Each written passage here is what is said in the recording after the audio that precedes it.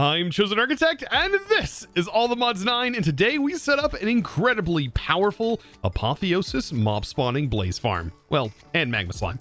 Hopefully you guys are ready. So, welcome back to All the Mods 9, and I can tell you what, today we are going to dive into mob spawners, and mob spawners with Apotheosis, but with the combination of several other mods in this pack, it is going to be quite powerful. And we need to get our hands on, well, blaze rods. Now, the reason I need blaze rods is because if I want to get any sort of method of transferring items cross-dimensionally, blaze rods are going to be the go-to. We're going to need them. So to make ender chest, for example, ender chests are going to require us to have blaze rods. Not normal ender chests, by the way. Let's see, ender chest. There we go. The ones from ender chests mod. And as you see right here, it's going to require blaze rods, but it's also going to require obsidian.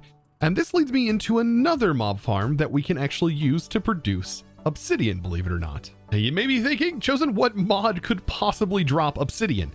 It's not actually the mob that drops the obsidian, but the process that we can go through in order to actually obtain obsidian. And that is magma cream. And they're quite the pest, but we should be able to also create a spawner for it. Now, I was taking a look at some of the spawners that I have inside my inventory, and it seems like the cave spawners and the silverfish spawners are honestly some of the best with the lowest delays on both of these. And I have an idea for how I want to set up this mob farm. I kind of want the actual farm itself to be pushed back into the wall, and then I want to have them pushed down a hallway that will lead them through a dropper that I can see through the wall here. And they'll eventually fall into a pit below where they will be crushed. But it's going to need to be big enough for slimes to fit through, large slimes, and it also needs to be set up in a way that, well, blazes won't get trapped inside. So I'm thinking having this hollowed out will be perfect, and we'll have our dropper, but we'll have our spawn chamber up here. And that spawn chamber will allow us to be close enough to it because only one of these spawners today will I be able to allow to run without me being nearby. That's because most of the spawner modifications have been changed. For example, increasing the spawn count. Yeah, it costs a piglet heart, which is quite hard to get. Increasing the entities is a gas tier. To remove the delay is going to be all the modium.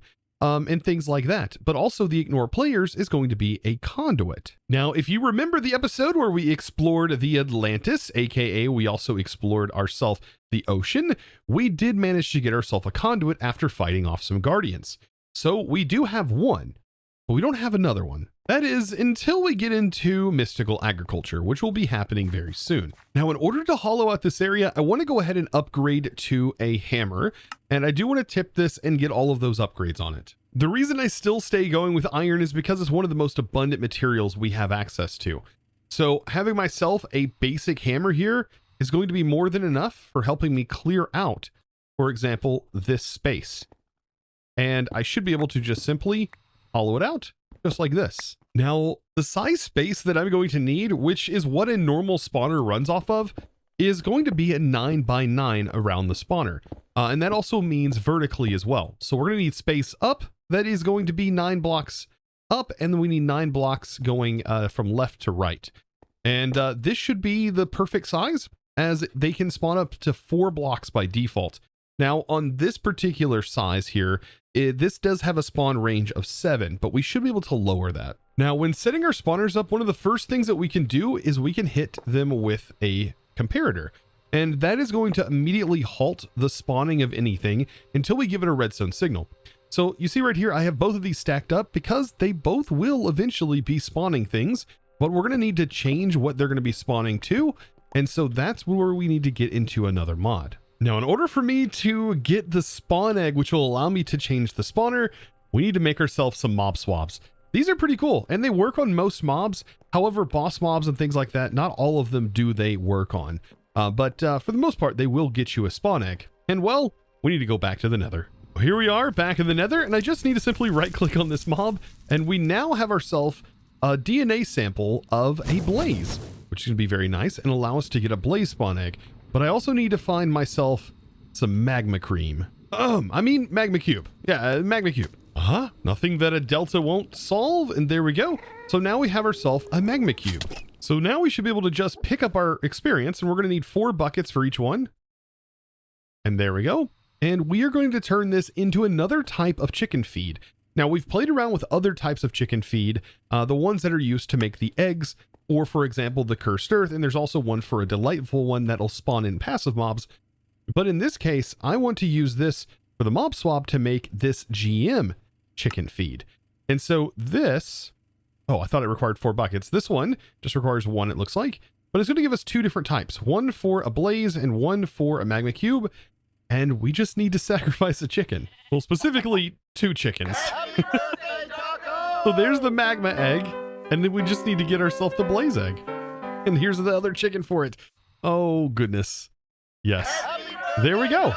This should leave us set to getting all of the resources we're going to need to be able to make things that are going to allow us to transfer items cross-dimensionally. Now, back over at Atlantis, I definitely want to grab my conduit, as this is going to be helpful for the blaze spawner specifically. So let's head on over and set this up. So I've decorated it just a little bit, got some walls changed up, and it looks nice and neat. Now, for the silverfish spawner, if we hold the control, we can see some information about this. Now, this is the one that I want to hit the conduit on, is going to be this one. And I'm going to go ahead and right click the egg to turn it into a blaze spawner. So now it's a blaze spawner. The top one, let's go ahead and turn it into the magma spawner. So conduit, that's going to go on here, and the conduit is going to allow it to ignore players. It will not need me nearby in order to work, which is perfect. And that's the one we want to use, is definitely for the blaze spawner. So factory ready. That's good to go. Now, there are a few other things I'm going to need to do. Now, currently the spawn range is 7, and I want to reduce this down to its default 4. I believe if we take a look at a spawner, Apoth and spawner, I think by default, it doesn't even show you, but I believe it is 4. Now, to be able to reduce that, we need to find out how you actually increase the range. And that is actually done for the spawn range here. That is done with a blaze rod, but we can actually reverse this by holding in our offhand nether quartz. So we put this in our offhand. We can see if we right click this, that now spawn range went down to 6, and we just need to get that down to 4 to fit in our room effectively. Same thing goes for this one as well. So there we go. Now they're both at 4, which is perfect, and all their other stats are pretty good. Now we just need essentially a lever to toggle them on and off. But before I do that, I want to get the floor sort of set up, and I want to get our killing chamber set up. Oh yeah, and another setup I want is the soul lantern. This is going to make the spawner ignore light levels and work regardless of if it's bright in here or not, which I think by default is already set up on these. Kind of cool that some of these spawners that you find underground already have really good stats. The only problem with this is the spawn count is actually rather low on this one, but I think it's going to make up for it with the delay. Now for this, I'm going to be using a mob fan at the top to push the mobs down into this area, and the upgrades that are in here to make it a 3x3 is going to be 1 on the width and 1 on the height, just like so. And then we also have some distance upgrades. I want to add 4 in here. This one is going to have the max width that it can accept, which unfortunately isn't big enough to cover the entire room, but we're going to fix that. And then also have some height modifiers just for those pesky blazes, and then also a distance to put it at just the right distance. And then we're going to combine that with some vector plates to make sure that all of these mobs get sent exactly where they need. So once they get pushed to the corner here, this is going to push them into the center, and then all around the sides, because it's not big enough to reach the sides, we just need to put these vector plates in. And that should be more than enough to get all of our mobs pushed in here and then pushed down into a crusher. Now, surrounding the mob crushers, I also have vector plates that inevitably point the mob directly into the middle here. Now, typically I would put looting upgrades in here, but each one of these looting upgrades requires a looting 1 book. It's not too difficult to craft all of those, but it does require 1 for each. Now with some very simple redstone, hooking up a cog block too high up into the bottom here with a redstone wire allows me to simply set up a little lever on the outside that can turn on and off this from a distance. Now I also added myself a little bit of a secret hatch in the back, little access door here.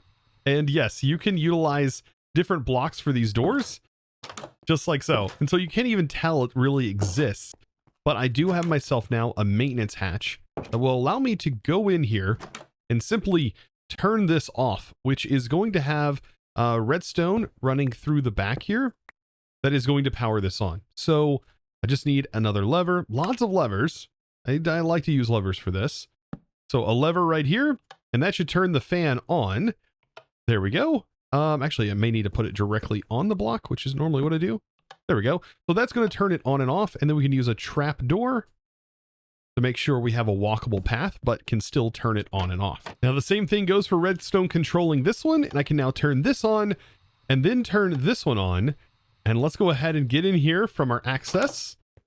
And what I want to do is go ahead and turn on the spawners. So they're both going to turn themselves on. And then we just need to turn this fan on. And this should now be ready to rock and roll. Now, we still need a way to collect the drops from this, but look at that. It's effectively working. We just need ourselves a collection method. So perfect. And this is where the absorption hopper is going to come into play. Now, notice we are collecting several different items, so that's something that we'll have to keep in account. But as far as controlling our XP gains, I'm going to use the same method that I used before, which is where back here, I'm going to simply have this XP tap running off the back. And that's going to run into an experience crystal, and that should drain the experience into that. I turn off my magnet, we'll see that that is now going up. So the XP is now solved. Now we just need to solve where we're going to send these items. And for now, into another nice barrel we go. I really like using these over using like storage drawers.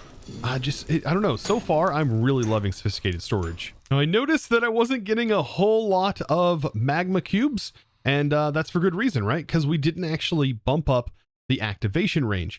I think this can go up to 48. So there we go. So that means I can be 48 blocks away from this thing before it will stop spawning. So I should be able to just stay around the base and it will actually work, which will hopefully keep this going. That is until I can get the materials required to make it where this works infinitely. Now, later on, we're going to need some way to automate those resources. And like I said, I think we can do that with mystical agriculture, but that's going to require a whole other set of stuff in order to get that to work. But now we should have more magma flowing out, and that's where I need to take that, and we need to turn this magma cream into a way to produce obsidian. Now, to be able to turn this mob drop into obsidian, this is where we need to get into roughly 3 mods. One being Ender.io, which is just my preference, and Create, which is ultimately going to do the processing. And then we're also going to need to get into the advanced collectors, or just the collectors in general. So we're going to need to go through the good old process of getting into Create, and that, well, means making some casings. Thankfully, we don't need a whole lot for this little setup. Later on, we'll be diving deeper into Create, as it is a fantastic mod for processing large quantities of things. But for now, this is actually going to be a very simple setup. All we need is a fan from Create, and we're going to need some way of getting stress for this mod. And that's where the water wheel is going to come into play. Thankfully, this doesn't need a whole lot in order to run. And what we're going to be doing is basically crafting up magma blocks from the drops. And then we're going to need to feed that magma into the water and then pick it up once it's done processing. And shouldn't be too bad. We should be able to get away with just a funnel in order to do this process, like a basic andesite funnel. That is going to send the items out of the crafter. And then we need to get Ender.io set up. Now, the cool part about Ender.io is it still works the same way as it used to. All you need to do is light the bedrock on fire, and when this burns out, this is how you get started with the mod. You'll end up getting yourself some grains of infinity, which is definitely necessary and going to be used quite a bit. So I should start seeing them pile up in my inventory after the fire burns out. Now, the way we want to use the crafter is actually going to be pretty interesting. Now, I do want to turn off everything while we get this set up, just to avoid all of the noises and everything that happens here. Let me go ahead and turn that off and make sure to turn that. Oh gosh, turn that off. Oh, I should probably turn the fan on, shouldn't I? Here we go. Look at that happening. There's a lot going on, and these slimes are no joke. There we go. Perfect. So now that we've got that sort of calmed down, let's head down here and get this all set up. So with the Ender.io crafter, the way that this works, and it's very simple to make, by the way, The way that it works is you need to go ahead and place it down, and then you need to put a capacitor inside the capacitor slot. Otherwise, it won't let you receive power. But what you can do is you can go ahead and you can assign it a recipe. For example, I just assigned it a recipe like that. And the cool thing is it can pull from the inventories. So let's go ahead and clear out the settings. Let's see, we'll get that cleared out, that cleared out. It's a little hard when you're falling still. There we go. And then what we want is we want a pull to happen. And there we go. Notice it crafts and will continue to craft. So what I want is I want this on the back to export. So on the back of the machine, which there shouldn't be anything attached. So we have that side. Let's see. This is the face. Here's the back. We'll set this to push like so. And what we want is we want it to drop into this andesite funnel, or with the andesite funnel to drop the item. Now, currently I'm picking it up, but what we need is a fan right here. And we're going to have water that is going to be flowing into this block like so. And then this just gets washed. And whenever it gets washed like so, it's going to turn into obsidian. Now I still need a way to collect it. And that's where a collector is going to come into play. But to be able to power this, water wheels are so easy now in the newer versions. All you need is a bucket of water flowing in whatever direction you need this fan going. And then you just place your water wheel and notice it's going already. So you don't have to spin it or do anything fancy with the water. You just need water flowing and it's going to go at the same rate regardless. So there we go. Now we have it blowing in this direction. You can tell by the particles, and that's all we need. So this is now blocked off, and we just need to get the sides sort of blocked off and then get a collector ready to go. So let's do this. Let's go ahead and get our water placed in. So we just need to place some water right here and then close it off real quick. Perfect. So that should be set, and that should send the items in. And then I'm going to use an advanced item collector that's going to go on here. And this does have quite the range, but you can limit the range down quite a bit.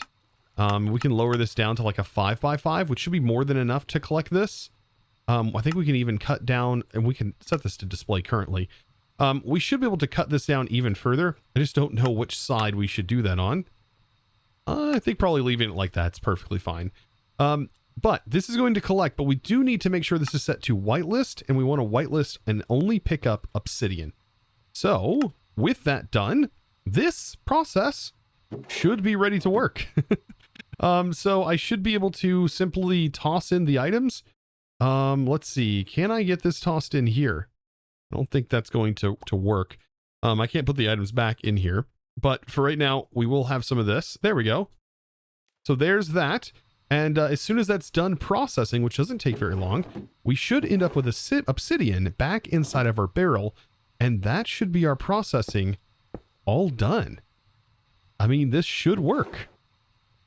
There it is. There's our obsidian. That is perfect. So now to turn it all back on and just let the process work. So, and here we go. We will see this process hopefully happen. And I love that it will only craft what it has available to it. That is one of the great parts about this Ender IO crafter. I love it. Now I also went ahead and finessed it up a little bit, added a little bit of blocks into the side to make it look like it's built into the wall. And I also added some simple demagnetizers from Simple Magnets.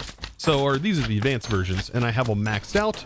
And so my magnet should no longer pick up any of the items that are happening in this area. Now I was looking and seeing how easy it's actually going to be for us to produce more of these conduits later on down the road.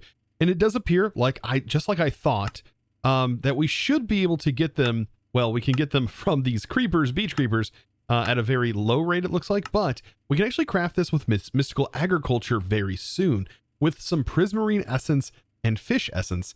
And then Heart of the Sea is you can use the Nautilus shell with these essences to produce that. So the automation of this later on down the road isn't going to be that difficult. Now, if you haven't already gotten yourself a conduit, keep in mind that you can loot shipwrecks, and you can also use the maps that you find from there to locate a treasure chest. And if at that point you use your F3 menu to locate it with your chunk bounds, it is going to represent 9 and 9 on the chunk bound. That is the easiest way to locate it. And you should be able to find a Heart of the Sea in all of those chests. Nautilus shells, on the other hand, well, those are going to be a lot harder to come by, as you can get them from trading with a wandering trader. That's basically the best way to get them. Yeah, definitely, because fishing is a nightmare. You don't really, I mean, you can get them for fishing, but you don't want to have to go after that and manually do it. It's quite a pain. Now that I can craft myself ender chests, this is going to be very nice. So I think I can craft external storages. So let's go ahead and get the recipes started up for external storages. What I want to try and do is I want to temporarily use this ender chest, the white, for a method of kind of allowing this to send certain items over that we can process from our current quarry and slowly do it, because I think it would be a mess for me to try and do it right now. I currently have 4 64K storages in here, but that's still nowhere near enough, considering that just 4 slots inside of the single chest that's in this dimension contains 64,000 items. Yeah, that's a lot. So yeah, just 2 of these together is 16, and then we'll have 34,000 with just 4 of these slots worth of copper. Yeah, there's a lot of copper in here. So what I want to do is I want to at least get some of these items started to be transferred over. And I think what I'm going to do is I am going to just simply use some sort of cable or pipe. So back here at home base, I can simply place down this storage. It doesn't have very many slots, which is perfectly fine, but I can go ahead and hook up an external storage to it. Oh, is it only let me place it on that side? Can I not place it? Yeah, I can place it here. Now, what should happen is I should be able to see items I put in here. For example, an ender chest. I should be able to see that inside of my storage, in which I do. And whenever I put it and pull it out like I just did, it's no longer going to be in here. So what I want to do is, since my storage system up here is looking for very specific items to process, I just want to get my items processing. So I can use a filter, such as an advanced filter, which will allow me to filter items, which, by the way, is the only filter. You have to get up to the diamond version in order to filter with the pipes mod. But as soon as we have this, it should be pretty straightforward. Let's go ahead and place this here, and then we'll place our chest on top. And these are going to be linked together, which is so cool. So by default, if I go ahead and I start to wrench this, it's going to start sending items to here that we probably don't want over here yet. So this is where I want to add a filter. For example, let's say gold. I want to add a filter, and I want to say only send gold, please. And so this, being in whitelist mode, should now only start sending gold. We can also do this with osmium. We can sort of rotate out. I think right now it's just going to be best if I just slowly get this going. But this should be sending this whole thing filled with gold. And now our storage back at the base, our whole system, should go, oh, hey, there's gold in our system. Pull it out and get it processing. And so we should see right now gold all being processed throughout our machines.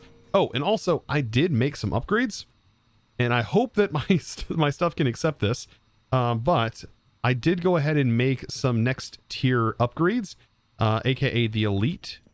Let's see, the elite ones, and then also the ultimate ones right here. Oh, by the way, this is something that's a problem with refined storage that I'm encountering yet again. And that is a bug that I think is whenever we have external storages connected to weird things. For example, it's connected to this. It doesn't allow you to pull out items sometimes. So this is very, very temporary. And at least it's a bug that you may experience that I just explained to you.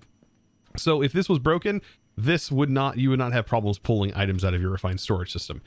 Thankfully, though, it doesn't have a problem like working while it's here. It's only the grids and stuff that really don't like this. Now for the fun part, though, let's go ahead and upgrade these machines. Oh boy. So this gives it way more slots. And then we hit it again with the elite tier. And my goodness, this is now using quite a bit of power to do all of this processing. But as you can see, it's very, very, very fast and very efficient at it. And this is still doubling our ore. Now, this is just one example of how to use an ender chest. Just basically showing that you can access items cross-dimensionally, and it's as if they're the same chests centered in the same position. But I eventually want to use this ender chest to do some kind of ridiculous things, like incorporating it into a storage network. And that is going to happen in a future episode, because it is quite extensive, but I think is one of the best ways to store items in packs like these. It will essentially allow me to be able to send multiple items that we have automated all into one central storage through this ender chest, and that will allow us to essentially automate things indefinitely, where we never have to worry about, oh, is this going to overflow, and so on and so forth. Now, sometimes you don't want to repeat things that I've done. Do not hook up. Don't hook up an external storage up to your ender chest. It's not a good idea. It doesn't work. It's absolutely broken and will break your refined storage system. Don't do it. Just don't do it. It's not even worth it. So, anyways, I have another plan. But what it's going to involve is us upgrading all of our stuff. Now that we have Blaze, we can go ahead and start actually upgrading and making this blazing crystal. And this is really going to start to boost our magmators, because we should be able to upgrade those directly, and that's going to provide even more power, and more power is good. Now, with refined storage, we can do something kind of interesting to automate this without redstone. Because I'm just going to be sending one blaze rod, or need to send one blaze rod to the intersecting orb, I can use a regulator upgrade. And the regulator upgrade, when put in here, allows you to specify, for example, very specific amounts of items. For example, just one. Or you can add to that now. So what it's going to do is it's only going to allow one item into the inventory at a time that it's sending to, meaning that we've essentially got this set up and ready to go, aka what I call semi-automated. So, and only after a few minutes, there we go. We now have upgraded our magmators, and we're going to be looking at some pretty decent power gains here. We're jumping from 400 RF per tick now to 1,000 RF per tick by simply just upgrading these from their current state. So this is going to be producing quite a bit of power. I may be in the need for upgrading these guys soon. Also, you might have noticed that I've also got this running. So you can place multiple things in here, and it will try its best to place everything that you have in here in its exact amount that you have set. Isn't that regulator upgrade such a beautiful thing? It is really nice. Dude, you know what? Why stop at the other version? We can go ahead and go to the Niotic crystal. And this isn't too bad to make either. It's going to take a little bit more time, but it's just a one diamond thing, and we're able to upgrade to the next tier. I tell you what, unlocking Blaze and getting Blaze set up and automated is a huge step. I almost feel like it's a major tier in progression. And we now have it set up, and we have a ton of it. And that's without even using any sort of upgrades inside of this thing. Because we could definitely put some fortune upgrades in there, and then this would be really, really powerful. Not to mention that, we are also getting these reliquary drops, and molten cores are pretty nice in themselves, allowing us to get even more magma cream, more blaze rods, and many other upgrades down the road, which are going to help us out. And well, that is going to have to be it for today's episode. And I hope you guys enjoyed today's episode. Hopefully you learned something new, and I hope you guys build this farm and enjoy it as much as I'm enjoying it. Guys, be sure to click that subscribe button if you have enjoyed, and give this video a huge thumbs up. Also, comment down below. Do you think there's a better way that I can set up this mob farm? I would love to hear from you guys in the comments section below. Also, it's now time to thank the amazing supporter of today's episode. And that amazing thanks is going to go out to Wallentos. Thank you so much for your amazing support, by the way, over on the Discord, becoming a Discord premium member. And hopefully I said your name right. I really do appreciate it. And guys, if you were looking to join the Discord, it's discord.gg/ChosenArchitect, and join the amazing crew today. I do appreciate you guys. Thank you guys all for the amazing support recently. And don't forget, every 10 episodes, you do get access to world downloads. And we do have supporter servers. So be sure to get that and check that out over in the Discord. All of that linked down in the description below. Oh boy, what a day today has been. And you know how it goes. As always, thanks for watching. Bye.